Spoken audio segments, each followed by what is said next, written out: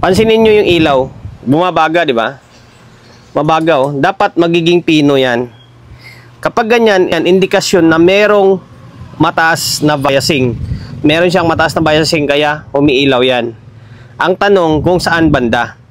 Okay? Ang tanong kung saan banda, di ba? Yun yung alamin natin. Balik ulit tayo sa medyo maliit na unit. Kakatapos ko lang gumawa ng ito to. Yan, wala na tayo mapaglagyan. Yung SoundQuest na CE24. Ngayon, balik tayo dito sa may Trident na CE7. Iba ito baka isipin nyo, ito yung binlog natin nung nakaraan. Iba naman ito. Shoutout muna sa may-ari nito na taga Taytay Rizal. Okay, taga Taytay Rizal. Yung previous natin is taga Cubao yun. Halos same lang din sila ng problema. Okay, taga Cubao naman yun. Yung Trident na CE7 natin nakaraan. Ngayon, ito naman is taga Taytay Rizal. Okay, ang issue is umiinit din. Umiinit din. Ito guys, sa totoo lang, naumay na nga din sana ako kakagawa ng video na paulit-ulit, pero wala tayong magagawa kasi isa yan sa nagiging resibo natin. Take note nagiging resibo natin to sa may-ari. Kaya dinadala rito sa atin yung mga ganitong klaseng unit kasi nga gusto nila makita kung paano natin gawin yung unit nila, kung ano yung sira ng unit nila. Kaya wala, no choice kayo. Kundi panoorin nyo. Pero kung naumay na kayo, pwede naman scroll up and down na lang kayo para makahanap kayo ng ibang video. Pero sa mga hindi pa nakapagpanood, makapagbigay ideya tayo rito, di ba? At the same time, may content tayo araw-araw. Okay, ngayon, binuksan ko na agad para mas mabilis yung video natin. Ayan, naka-plug na yan. Ngayon, switch on natin. Pansinin nyo yung ilaw. Bumabaga, di ba? Mabaga, oh. Dapat magiging pino yan. Kapag ganyan, indikasyon na merong mataas na biasing. Meron siyang mataas na biasing, kaya umiilaw yan. Ang tanong kung saan banda. Okay? Ang tanong kung saan banda, di ba? Yun yung alamin natin. Yun yung alamin natin. Okay? Ngayon, step by step tayo. Dahil sabi ko nga, may mataas na bias, hindi tayo magsusukat. Hindi na ako magsusukat ng bias. Although, pwede rin para makompleto. Pakita ko sa inyo yung biasing. Okay, bali ito yung tester natin. Ulitin natin. On. Kapag hindi tayo nakabulb, iinit agad to. Natamad ako maghanap ng thermal scanner natin Sukat na lang tayo. Okay, balistad agad. Ito laging sinasabi ko na tuwing salang ko ng test prod, baliktad. Tingnan nyo, taas Nasa 0.6, di ba? Nasa 0.6 ngayon ito. Aba, mataas parehas. Mataas parehas, Okay. Bukod dyan sa may tester, paisa-isa tayo. Okay, alam na natin, mataas yung bias. Pero, baka magbago yan kapag nabunot natin paisa-isa. Ngayon, dito tayo sa may channel 1. Okay? Channel 1. Okay, binunot ko na. Tingnan nyo kung ano mangyari. Meron pa rin, diba? May ilaw pa rin siya, Ibig sabihin, mataas dito. Mataas dito. Ngayon, balik natin to. Balik natin. Okay. Tapos ito naman yung bunutin natin. Para malaman natin kung talagang dalawang channel lang may problema. Kasi sa tester kanina, dalawa Okay, binunot natin channel 2. Binalik natin yung channel 1. Okay, on natin ulit. Parehas, diba? Ibig sabihin, dalawang channel ang may problema na talaga. Hindi lang paisa-isa. Yung sa taga Cubao natin, kahit paano, isa lang yun. Isang channel lang. Although, pares din naman natin Phoenix bias. Okay, ito na yung deal. Ito na yung deal ngayon. I-fix bias natin ito, tapos dadagdagan ng power transistor. Yun na yung request sa atin ngayon dahil nga sa nakikita nila sa mga previous vlog natin na nagdadagdag tayo ng power transistor. Yun din gagawin ngayon dito. Dadagdagan na rin ng power transistor. Ito, yung fuse, no need na tayo mag-add ng fuse kasi meron na siyang fuse. Okay, ang gagawin natin ay dumiskarte. 2.7 ang gamit ko dito And then, ang issue pala niyan guys, ito, sa mga hindi pa nakakalam, ayan siya Ayan, yung kulay dilaw na trimmer na yan. Yung trimmer na yan. Ayan yung kadalasang sira niya.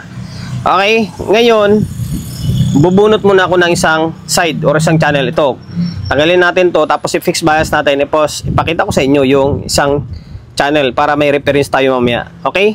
Tanggal ko muna yung channel 1. Channel 2, iniwan natin. Ngayon, ito yung pinaka problema niya, no? Trimmer na to. Yan, itong trimmer na to. Value nito ay 332. Okay, 332. 3.3K. Okay, 3.3K. Inulit natin. Ngayon, ang gagawin natin dito is pipingutin natin to. Okay, makita ko sa inyo. Ganun na ako dumiskarte, oh. Ayan, pwede nyo katirin yan. Pwede nyo hinangin. Kaso, ganun din. Yan, pasensya na kayo, ha. Medyo tamad si Solid J, eh. Ngayon, ganito ako dumiskarte, eh. Oh. Wala lang kasi yung cutter ko dito, eh. Yung side cutter ko, eh. Mas mabilis sana yun. Okay, ayan, oh. Ayan, nabunot na natin or naputol na natin. 332, 3.3K. Okay? Pero nakalagay dyan sa may board is 3K. Okay? Ibababa natin ng konti ito. Mga nasa 0.26, 0.27 lang. Ang ilalagay natin dito is 2.7K. 2.7K ang ilalagay ko ng value dito. Okay? 2.7K. Ngayon, papalitan natin to or lagyan natin ng fixed bias to. Tapos, dagdagan na natin kaagad ng output transistor para mas mabilis yung video natin. Okay, para hindi kayo lalo maumay. Ngayon, no need na mag-add ng base and then emitter na pyesa. Kasi may nakaabang na siya. Oh. Meron ng 0.25, may 0.25 na. Tapos meron na siyang dalawang 10 ohms siya nakaparallel. Okay, na SMD.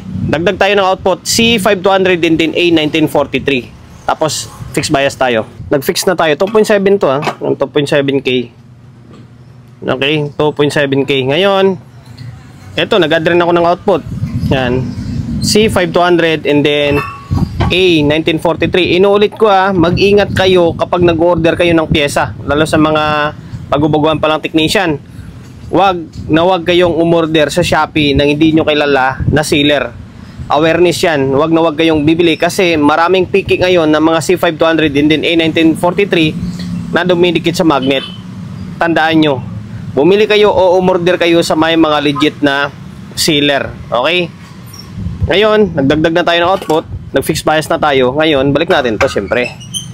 Pakita ko sa inyo yung magiging kalabasan niya. Okay, balik ko muna to. Sensya na. One man game tayo, eh. At tayong cameraman. Ayan. Solo flight tayo nito. Tayo taga-camera, tayo taga-edit, lahat. Tiyaga lang, importante, nakakaraos tayo. Ayan, tapos, balik ko na nga rin to. Nga naman laging bias ginagamit ko, eh. Tapos, balik natin to. Okay. Tapos ano pa? Ito, nakabalik na. Tapos, handa natin tester natin. Okay, ayan. Okay, switch on natin ulit kasi naka-steady na yung plug doon. Magbabaga pa rin yan kasi yung channel 2 ay may problema pa. Papapansin nyo. Ngayon, sa biasing tayo. Dito na nga unahin natin. Dito na.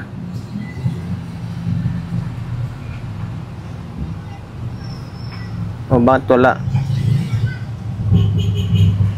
Bakit wala to dito, Dahil siguro may problema sa isang channel. Okay, meron, no? Kasi mababa. Mababa yan dahil nasa 0.23 lang. Mababa yan dahil may problema pa yung isang channel. Ngayon, try natin bunutin to. Bunutin natin tong channel 2. Okay, binunot natin. Yan, tingnan natin kung ano magiging kalabasan ng bias niya. Okay. Dito. Ayan, tumaas na siya. Nasa 0.26. Okay, bagay na bagay yan sa bakbakan na tunog. Ayan, nasa 0.26. Kapag i-3K mo yan, tataas yan. Nasa 0.4 na medyo mainit pa rin. Tama lang yan. Tama lang yung ganyang bias. Tumaas na siya. Ngayon, O, ano pa ba gagawin natin dito? Channel 2, pasadaan natin to. Mabilisang video lang to. Mabilisang video lang ito. Ngayon, yan, piningot ko na. Sana ba yun? Ito, dalawa pala. Ano yung isa? Okay, ito na yung mga trimmer na piningot natin. No? Pasaway ito eh. Pasaway itong ganito klaseng trimmer. Okay. Ngayon, ay, naka-fix na yan. Sa totoo lang guys, ang dami ko nang naipon niya. Kung inipon ko lang yan, siguro isang gatang na. Basta ang dami ko niyan.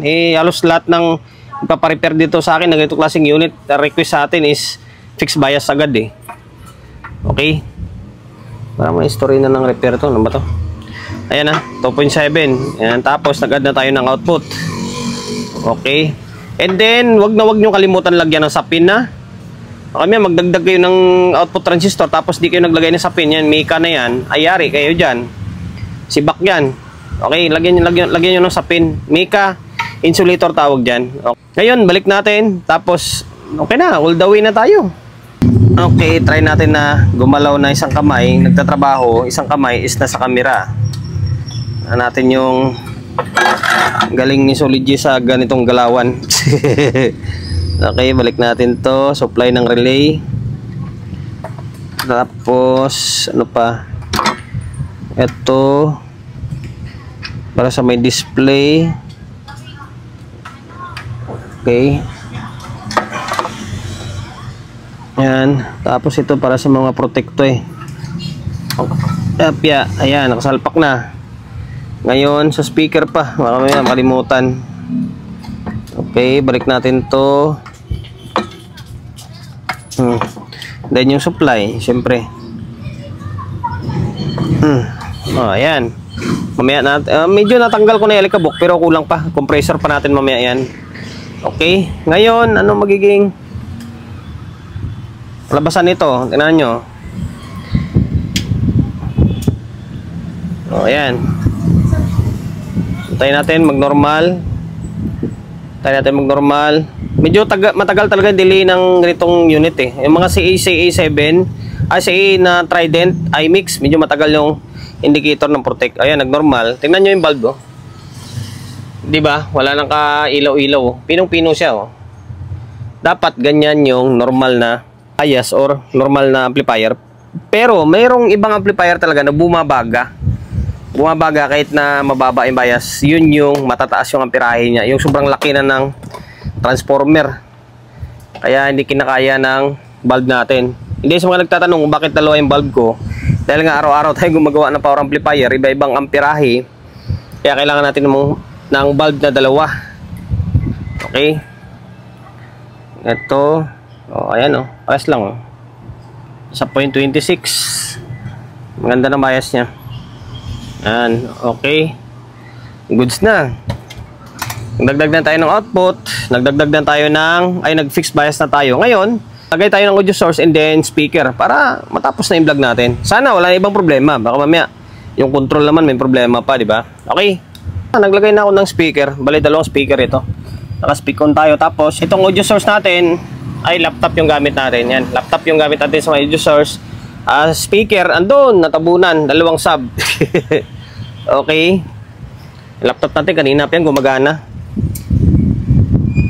Tornilyo na lang kulang dito, and then kunting compressor pa. Okay, nag-trigger ang relay. Antayin natin na mag-normal mode siya. Okay, naka-normal na. Channel 1, okay. Lakas. Wala namang problema yung control niya. Sawa ng Diyos, okay naman. Hindi na tayo papahirapan. Yan o. Okay.